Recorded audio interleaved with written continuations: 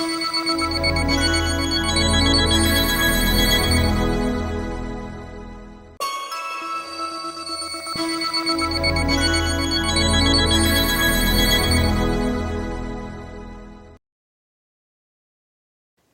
welcome to Mercurius Beings Astro Update. I am Amy Jensen, just running through the energies of the Sagittarius full moon lunar eclipse. So this is a super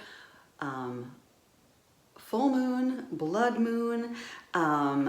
There's a lot of energy in every eclipse, every lunation really, but with the extra superness going on and some other placements, there's just a lot of extra with this one. So a blood moon is when, so the earth is passing between the sun and the moon, and the earth's atmosphere kind of colors the moon from our perception. So if you were looking at the earth from the moon, the earth would have kind of a red ring around it because of the refracted sunlight. So it's the sunlight moving through the earth's atmosphere that turns the moon red. So it's a supermoon because the moon is perigee in the orbit. It's closest to the earth at this time. So, and as we know, the moon kind of pulls on us and the tides because of the water in our bodies. So even though, we've got a lot of water going on in this moon, as well as the air. The air of Gemini, we have the sun, the North Node, Venus, and Mercury, all in Gemini. And Mercury rules Gemini. Mercury just had its maximum evening star max elongation from the sun on May 17th. So it was the farthest from the sun, and then it's starting to descend and prepare for its retrograde, which will happen 3 days after this full moon on the 29th.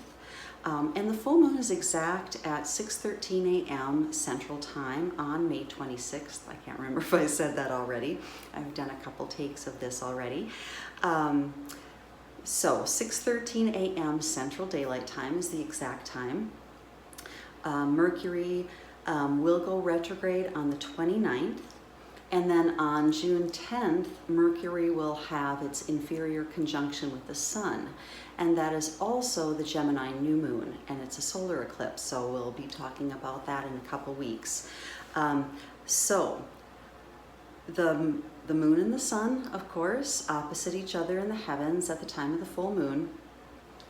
The moon is in the sign of Sagittarius. So Sagittarius is all about making long-term plans. It's having beliefs that are kind of solidified.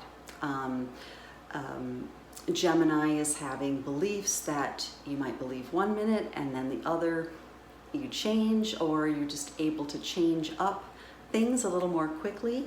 So this polarity is all about beliefs and then examining beliefs. And Sagittarius is about also questioning those beliefs. The shadow Sagittarius gets stuck in the same beliefs, whereas Sagittarius then, once it establishes its beliefs, and I know I've talked about this before, it's best to go on a pilgrimage and expand oneself again.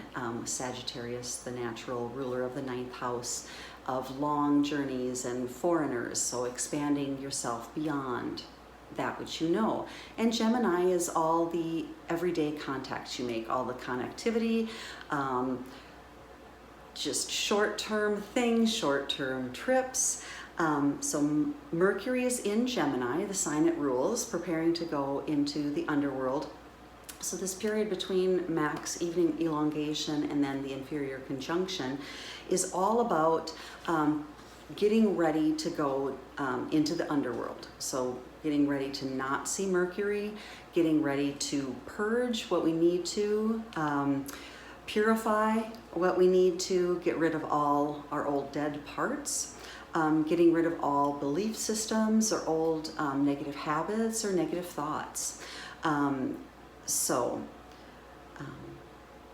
right, so that is what's going on with that. So at this time, the sun and the moon square Jupiter. So Jupiter is the ancient ruler of Pisces. Jupiter is in Pisces right now, but Jupiter is the ruler of Sagittarius. So the sun and moon are squaring Jupiter. So Jupiter, when aspected by a square, can be too much. Jupiter is the big, gassy, hot planet, and it can just be a little too much. So a little bit overly everything. So overinflation, the more shadowy aspects of Jupiter, greed, self-righteousness. So there's just a danger of that going on. Propaganda was another thing. So just a lot of energy about thoughts, perception, beliefs, and then the possibility of over-exaggerating that whole thing. All right. Venus and Mercury are very close. Venus just moved into her remembering and embodiment phase. And so she's beginning this phase low in the sky and not as bright as an evening star. Over the next 5 months, she becomes higher and brighter. And Mercury is kind of descending at this time. So Venus is remembering, so it's a call to us to kind of remember our feminine, and again, not male, female, gender-wise, but the receptive qualities, intuitive qualities, and then remembering and embodying, okay? So at this time, when Venus is starting to rise in this remembering and embodiment phase, which is an Adam Gainsburg phase of Venus, and I'll cite his site in my comments, so you can look all of his work up. So this is a really simplification. So she's starting that part of this phase while Mercury's going underground, both in the sign of Gemini. Gemini rules the throat. It rules the masculine side, the left side of, it rules the right side, the masculine side of the throat, the Vishuddha chakra, which is also about purification. So Venus is rising, kind of remembering and growing out of the work that she's been doing and the work that you've been doing, kind of exploring within, and then Mercury going within. So we've got some alchemy with those two signs, as far as kind of this opportunity with Mercury is to continue to root out that which you no longer need. And then as Venus continues to rise, we can think about what then we want to embody. All right. Both Mercury and Venus, however, are squaring Neptune. So with that, Neptune rules Pisces, which Jupiter is in. I'm trying to just speak a little more clearly and slowly, so I don't kind of fall into this Gemini energy. But with this square from Neptune to Venus and Mercury, there is a tendency, because Neptune can obscure, that's kind of part of its function. It makes things unclear, and through that lack of clarity, we search for clarity. But through that obfuscation allows us to move through and see something differently, and experience a different state of consciousness. So with a square, there's an aspect of it being inharmonious or shadow. So we're talking deceit, illusion, or idealization. So at the time of all this possible overinflation and self-righteousness and propaganda, there's this tendency to have a lot of rose-colored glasses on. So again, kind of a lack of clarity. And then I think of rose. It was funny as I'm doing this. So rose-colored glasses, the blood moon, and then the moon at this time is positioned in the heavens in the claws of the Scorpion constellation. So the influence of Mars is really great. So Mars is the red planet. We have the blood moon. We have the rose-colored glasses. At this lunation, Mercury and Venus conjunct the fixed star Capella in the Auriga constellation. And the Auriga constellation is a fortunate constellation. It gives self-confidence, interest in social or educational problems. There is a danger of unfortunate changes of fortune, but it has the energy of being a teacher or associated with young people. So I thought that was interesting with the Mercury Gemini, obviously, placement. So Capella is the brightest star in the Auriga constellation. It is also one of the brightest in the night sky. It has the nature of Mercury and Mars. So again, we have the Gemini Mercury, but also the Mars, that hot red planet. So that energy of combativeness or destructiveness, but also really enterprising. The position gives honor and wealth and eminence, renown, public positions of trust, makes natives careful, very fond of knowledge, and particularly of novelties, which is very Gemini. So Capella means the glorious crown. It's the horn of the goat that nurtured the infant Jove, which is another name for Jupiter. The horn was broken off in play by Jove and transferred to the heavens as the horn of plenty. The Mercury properties are more evident than Mars. The love of learning and studiousness and interest in research can seem odd. So again, kind of an oddness or a novelty to that. And that is from Astrology King. So we've got that energy kind of accompanying or, amplifying that placement of Venus and Gemini.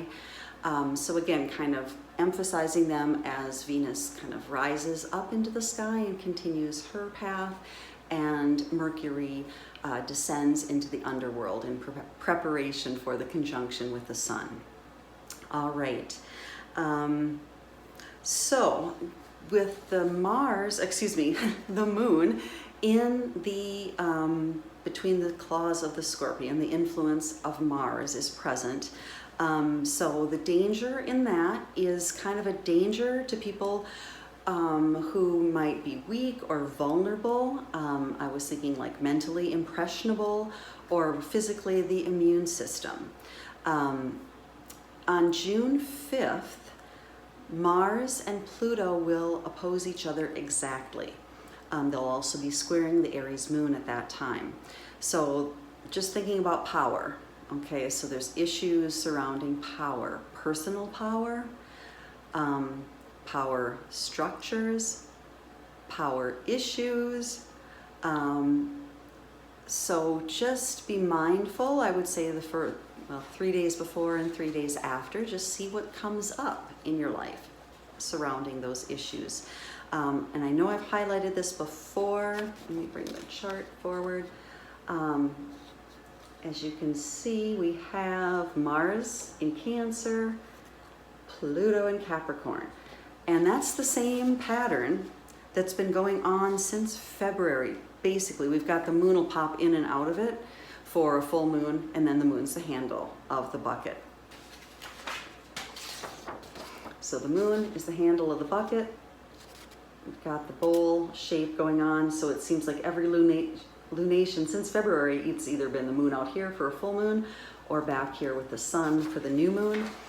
And so this has been happening, that same kind of placement for since February, and will continue on, and the pattern kind of finally changes July 23rd, that lunation. So this has been an ongoing thing. So let's just kind of think about power in our own lives, structurally, societally, and just heal, address, go into those issues within ourselves, and try to find balance. So I was thinking as I was reading all this and thinking about red, and of course I kind of then thought of like cooling it down. And of course the opposite of red would be green. So I was kind of thinking turquoise, green, but also blue, because Gemini is blue. So blue, and then the complementary color of orange for blue with the Jupiter in Sagittarius, and Sagittarius being in the sacral chakra, which is water. So that's the way my mind kind of wove. Anyway, it's the way my mind went, and that's what I was weaving with my thoughts. How about that? So I was thinking at this time, Gemini rules the nerves, so people could be a little overly nervous or anxious. There could be a little more anxiety, high agitation, or uncertainty. So blue can help calm down. You can have clarity with blue. It can be calming. Blue stones can be boost the immune system, and just the color blue in general. There are of course tons of stones that you can pick out. The ones that just popped into my mind that I wrote down and looked up a few things about were turquoise and tiger's eye. So they're both Mercury stones. Turquoise is good for purification, for calming the lungs, for calming. It's also good for the lungs. It neutralizes over acidity. It's good for gout, which is a Jupiterian illness. It's also good for viral infections. So I was thinking again of the immune system. Tiger's eye is another good Mercury stone. It also is calming. It's very good for the mind as far as focusing and for mental clarity. It assists us to resolve problems objectively and unclouded by emotions. It dispels fear and anxiety and encourages willpower, courage, and self-confidence. So I just adore, try to get it out of the light here, the secret language of flowers or colors. Secret Language of Colors by Inna Segal. And so the few I picked out, or rather had my daughter pick out, because there are 6 beautiful blue cards in here. And they were all lovely, and I couldn't decide. I was in a very Geminian mood. I wanted to include them all. So I just chose 3 lovely cards, and the first one is Aqua. So Aqua, experience peace and calm. Aqua creates a state of serenity, tranquility, and peace by soothing your mind and calming your nerves. It is a great color to work with in meditation when you would like to experience inner stillness. It is also a color of patience and faith, acceptance and coolness. Aqua dissolves your fears to increase your confidence and belief in yourself. So I think this is important.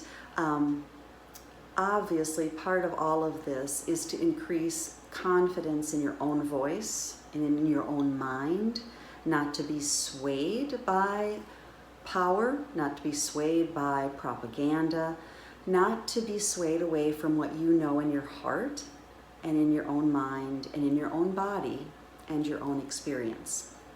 All right, so aqua is a beautiful color. So wearing aqua, finding aqua objects to surround yourself with. Imagine yourself breathing in that aqua color. Another color is cyan. Build your confidence, this card says. That's so gorgeous. Cyan strengthens your confidence and belief in yourself, balancing the systems of your body and giving you clarity in times when you need to make choices. It also helps release stress to attain peace and relaxation, and can be very helpful in fine-tuning your communication abilities.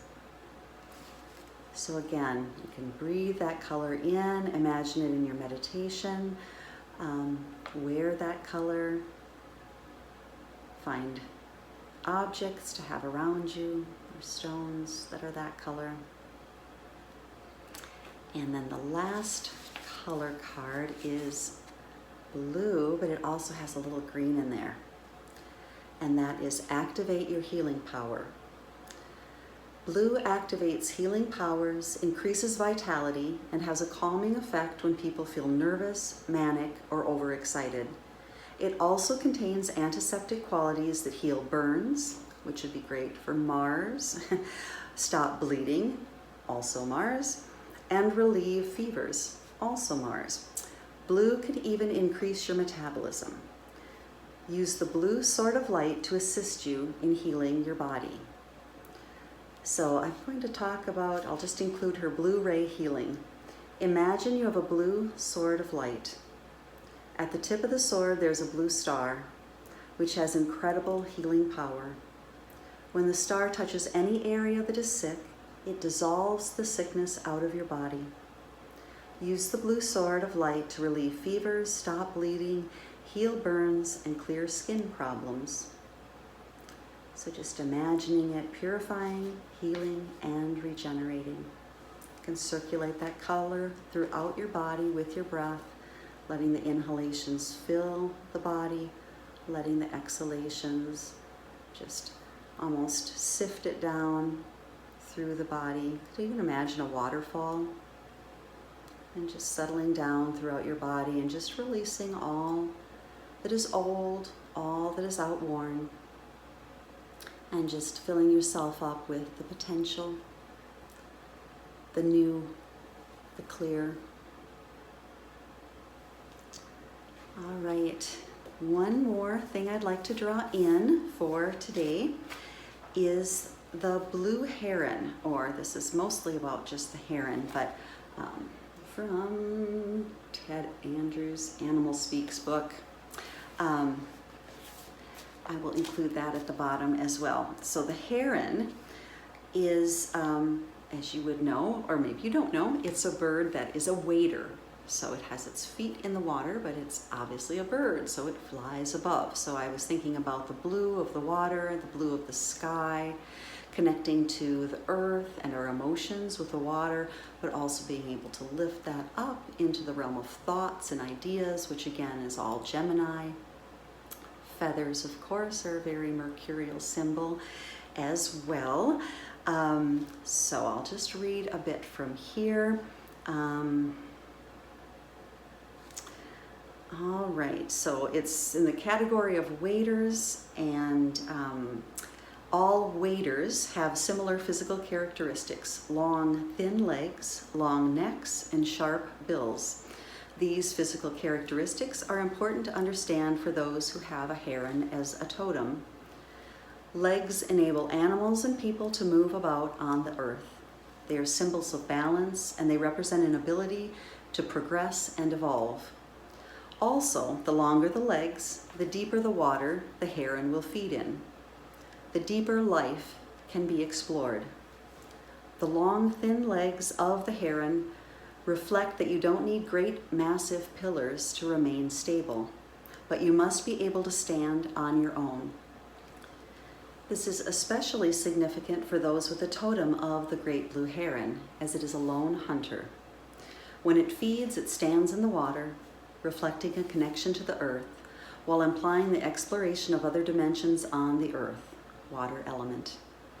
It is important for anyone with a heron totem to explore various activities and dimensions of earth life. On the surface, this may seem a form of dabbling, but those with heron totems are wonderfully successful at being the traditional jack of all trades. This ability enables them to follow their own path. Most people will never be able to live the way heron people do.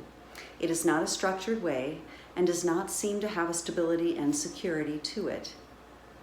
It is, though, just a matter of perspective. There is security in heron medicine, for it gives the ability to do a variety of tasks. If one way doesn't work, then another will. So that's that Gemini quality. The heron people seem to inherently know. Heron do not seem to need a lot of people in their life, nor do they feel pressure to keep up with the Joneses or be traditional in their life roles. The only time they gather in colonies is during the breeding season. They stand out in their uniqueness, and they know how to snatch and take advantage of things and events that the average person would not even bother with.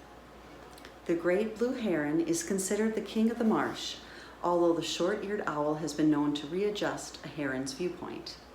It is the tallest of the herons, and when it flies, its head is folded back in an S-shaped loop.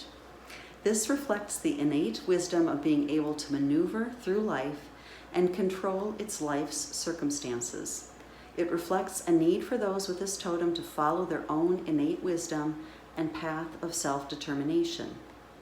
You know what is best for you, and you should follow it, rather than the promptings of others. The great blue heron in flight is powerful, and its legs and head are held in a straight line. It uses a slow, stalking stride when hunting. When it spies a fish, it spears its prey with its sharp beak and with quick speed. That decisiveness and quickness and focus of action. Again, it reflects an aggressive movement toward opportunities that present themselves. All right, so calling on this heron energy for this full moon, calling on the colors of blue to calm your mind, to bring clarity, breathing in that blue, and just coming back into yourself and trusting yourself, because as always, you know the answers. You always know what to do. You just have to listen into your center. Thank you for joining me. Namaste.